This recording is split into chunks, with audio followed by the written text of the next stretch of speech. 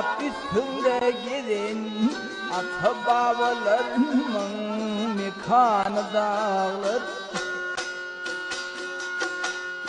Arıqlarım maniler sizin Tırağın şığırın ay dükkanı dağılır.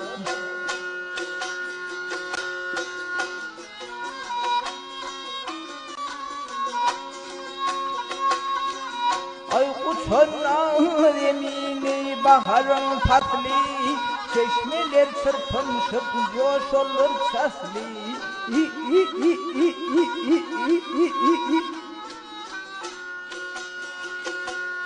Açılır laleler cennettir misli Aşıklarının namı kanı dağılır.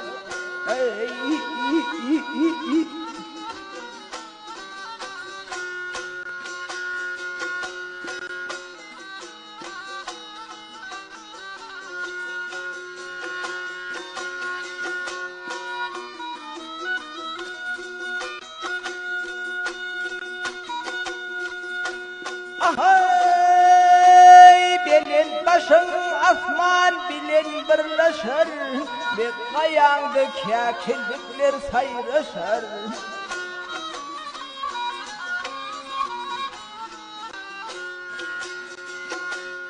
Gülvelenge şirpelenler arlaşır Duş yelkenlendir yekanı dağılır Sana seyran edin hayranır şartlar Gamlılık yok bulveynir avattır Nur deyip pervendin yendi şayattır Göz açıp beyninin ay bekanı dağılır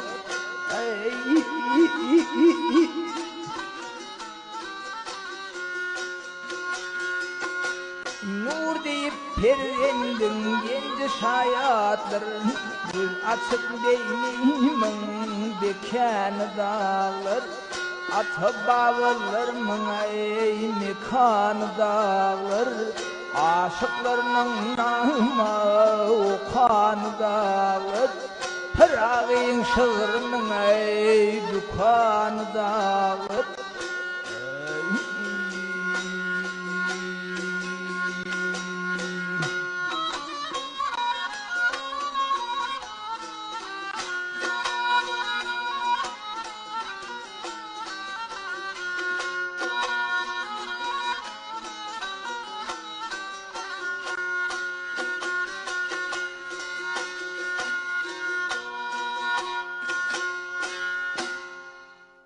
واه واه واه واه زنده باد زنده باد. درود بر این دوستان نازنین گروه موسیقی احمد کاملی با این لباس بسیار زیبا، با این صوت خوب، با این نوازندگی های درجه یک.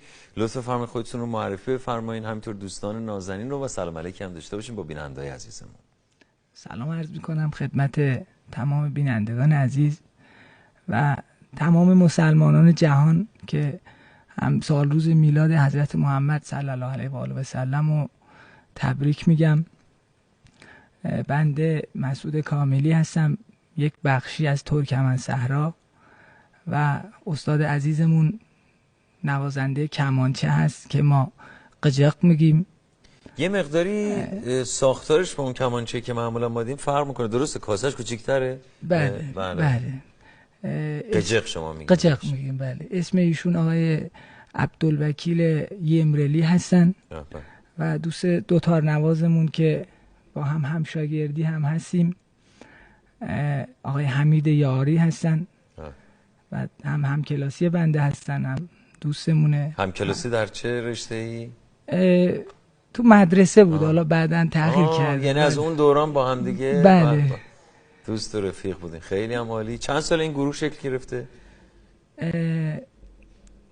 حالا با ایشون که دیگه از مدرسه بودین دیگه. بله، ولی ایشون هم حالا یه 3-4 سالی هست که با هم دیگر رو میشناسیم، با هم کار میکنیم، تو جشنواره‌های مختلف بودیم. زنده با.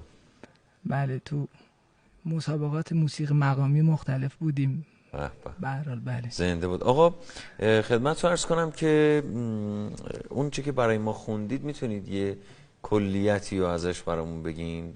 پیرامون چه موضوعی بود؟ اون شعری، اون آهنگی که اول اجرا کردم بله در مورد شاعر برای خودش میگه که بله. تو این زمونه میخوای زندگی بکنی چطوری زندگی بکنی، بله بله. چقدر خوب باشی بد باشی، در این موردها میگه اینو. این ترانه دوم، ترانه دومی هم اینه که در مورد به طبیعته. بله. که از کوهستان شروع میکنه که پدران ما یه زمانی تو کوهستان زندگی میکردن، پناه میبردن به کوهستان. بله. بعد از اون گل گیاه کوهستان، بعد از اون چشمه های کوهستان، از اون شیر و پلنگ و ببری که تو کوهستان زندگی میکردن. چقدر عالی. بله این شاعر از اینا الهام گرفته که این شعر رو. خیلی هم خوب، خیلی هم زیبا. بسیار هم خرسندیم که امشب شما تشریف آوردید به جمع ایرانی. ما هم خیلی لذت بردیم. آقا ما یه چکترمه خوردیم، درست؟ غذای محلی ترکمن صحراست دیگه.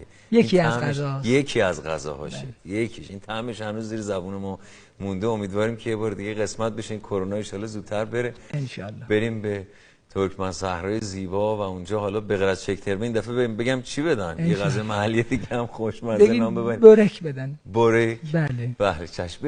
اگه به زبان ترکمنی هم تبریک بگین به هموطنان عزیزتون در سراسر دنیا و همینطور به مسلمانان، بسیار شما سپاسگزار میشیم این میلاد فرخنده رو.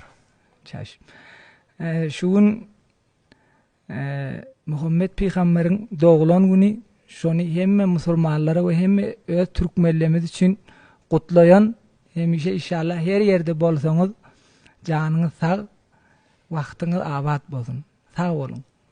زنده باد. درود بر شما. من خیلی بیشتر دوست دارم باهاتون صحبت کنم ولی مقدار فرصتتون هم اندکه. باید قول بدین یه بار دیگه حتما تشریف بیارین جمع ایرانی. راجع به این پوشش هم من خیلی سوال دارم از شما. این چکمه و کلاه و لباسای بسیار زیبا و هماهنگی که با هم پوشیدین و نشان از فرهنگی بسیار غنی شما داره قطعا. خیلی ازتون سپاسگزارم. اما بریم بخشی از پدرسالار رو ببینیم که یادی هم کردیم ازش. استاد سیامک اطلسی هم که اینجا هستن و خاطره میخوایم زنده کنیم. میدونم که پدرسالار رو قطعا باش خاطره دارین، فرقی هم نمیکنه سنتون.